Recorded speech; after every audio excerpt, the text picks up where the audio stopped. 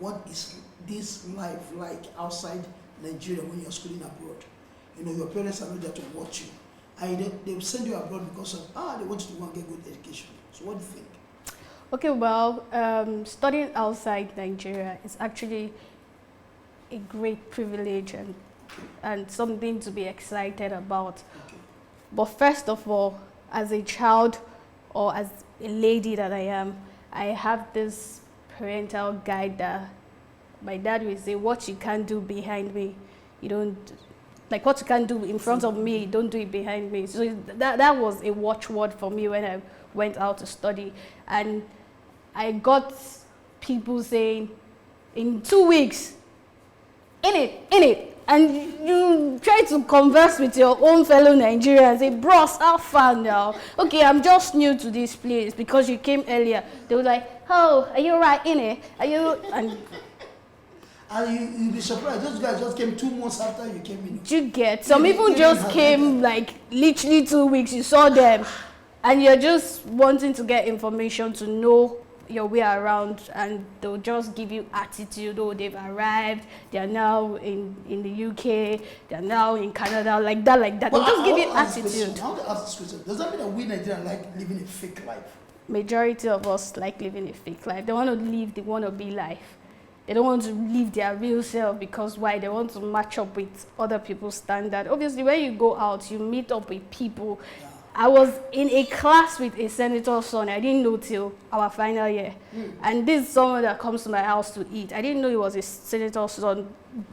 What I learned from that was the upbringing.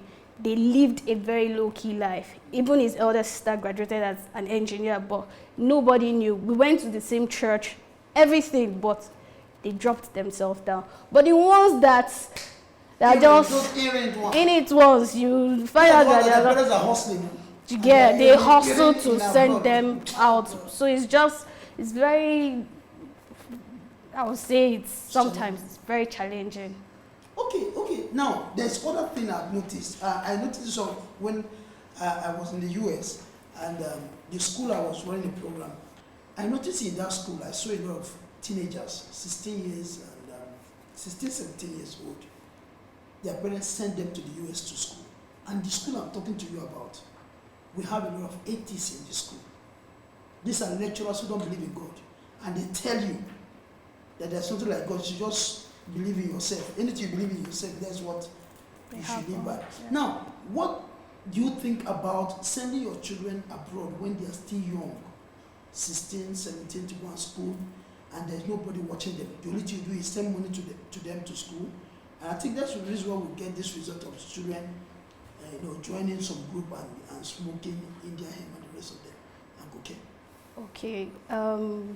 Sometimes I would say some people get that home training, but when they go outside, they get influenced by their environment, by the culture and all that. I remember when I came back, during service year, I intentionally told my parents I didn't want to serve in Abuja because I grew up here. Okay. So I went to Ibadan to serve. Not many people, like, it was just only my department that knew I was a foreign student. Do you get?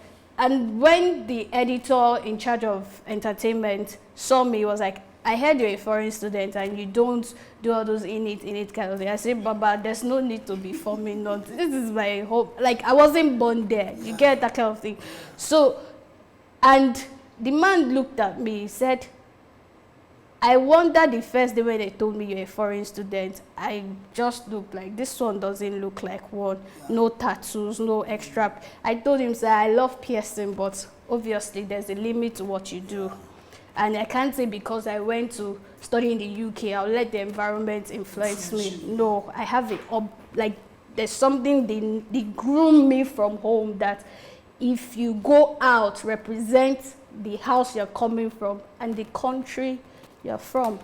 And it took us, like I and a couple of people that went to school that year because we resumed late, it took us like a whole semester to readjust just by not calling a lecturer by name. The man had to go and report to the college because I did my foundation there as well. And he was like, can you tell these Nigerian lads not to be calling me sir? Excuse me, sir.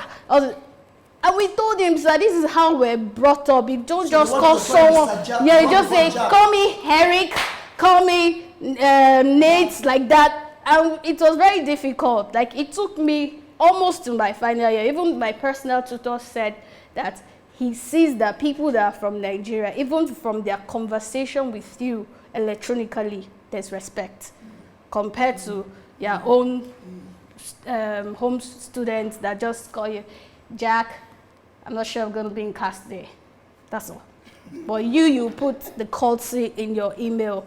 Even when you're having a personal tutor conversation, there's courtesy and respect and all, which they really like very well. Like, you just see like, okay, these people, even if some people paint us black, yes. a couple of us have that mentality, and we've been groomed and we take it out to just say we are going to be positive light, not negative light. That's You know, Nigerians are doing very well abroad. very, when it comes to very school. much. In my school, we had loads of Nigerians come out with first class.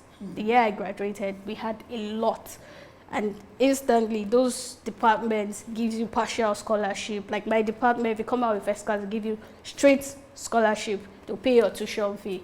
Then if you come out with a 2-1, they'll give you 80% discount. So they see that we are not just putting our funds there, but yes, we are making ourselves proud, our parents proud, and our country proud. So you believe if someone trains their child or their children Well, then it's good to send them out when you have proper training. and that child has self-confidence. Okay.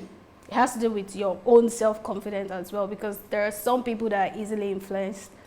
They can say, oh, they don't, like, it's saying they don't have the mind of their own. Because my friend is doing this, I want to do this.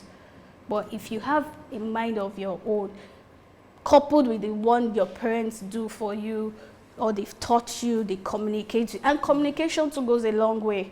I remember the time I had academic issues. It was my dad and my mom, like they had to pray with me because I didn't have anybody. Even the cousin that I had was far away from me, but somebody I'm not really close to. I couldn't share my burden.